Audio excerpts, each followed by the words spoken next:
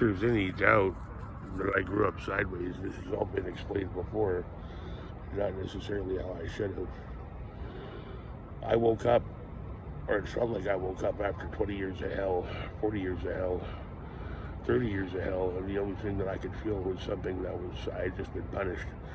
And now I know why that was. So in answer to your question, it probably did occur, like he said it did. However, the thing that you've got to remember is I was hypnotized, so I wouldn't remember, never mind dissociative amnesia for an extended period of time.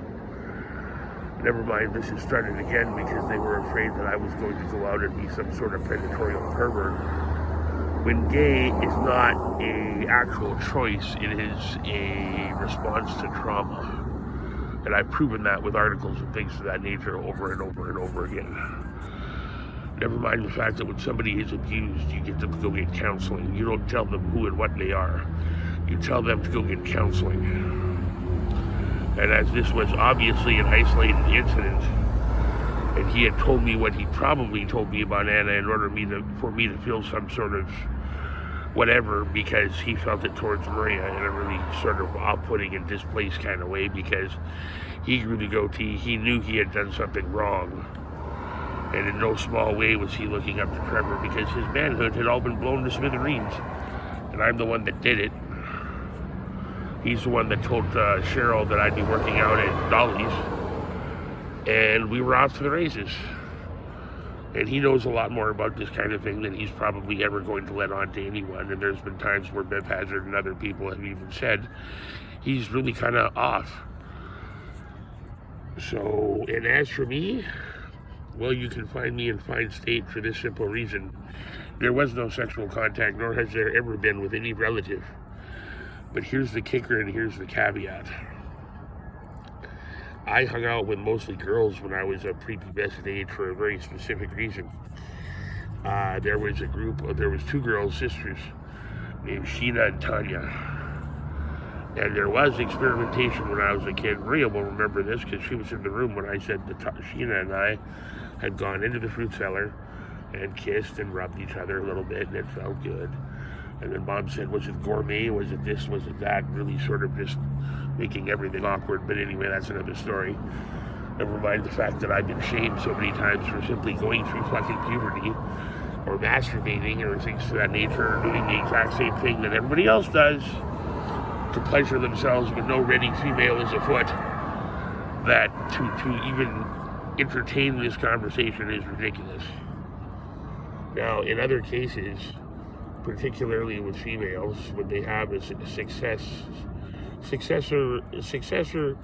of father issues, that can have a very adverse effect on their puberty and growing up.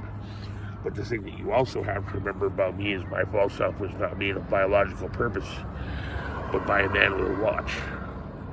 Because I was hypnotized to begin with, because they thought I was going to be some predatory nutbag, and never meant to get this far and go through puberty, as my father told me point blank, or my would-be father anyway, I don't want you figuring all this out because I don't want to be in town when you do. As I was phoning him and getting drunk at the bar at Sandman Hotel on that particular day.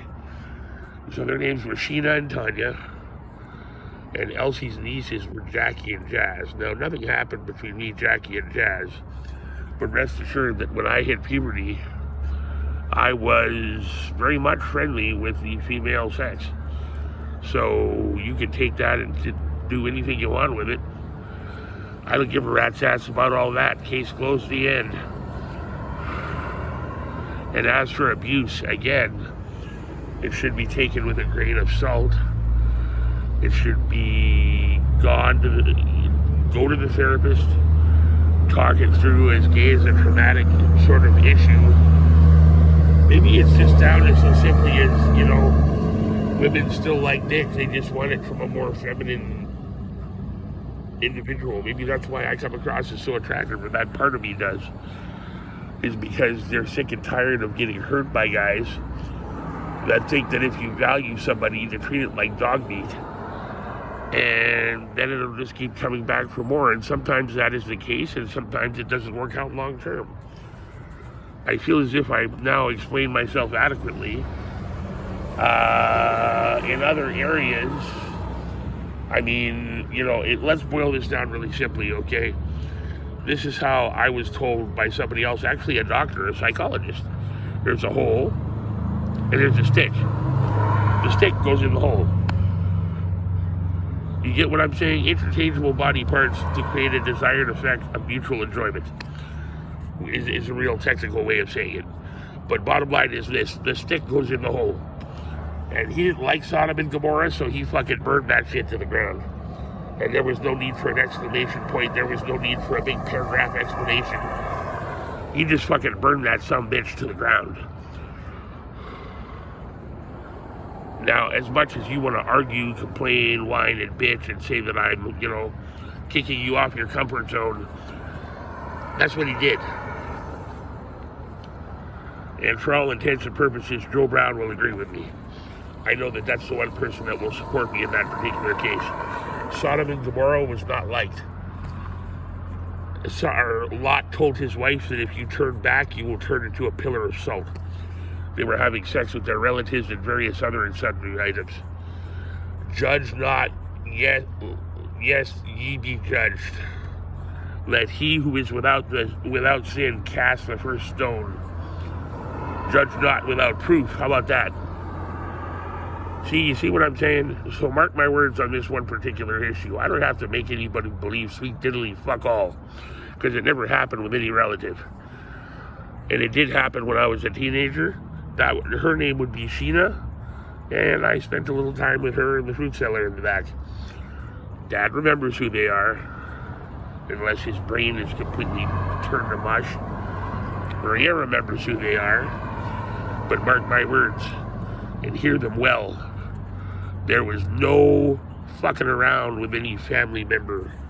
Thank you very much. The end. Never mind the fact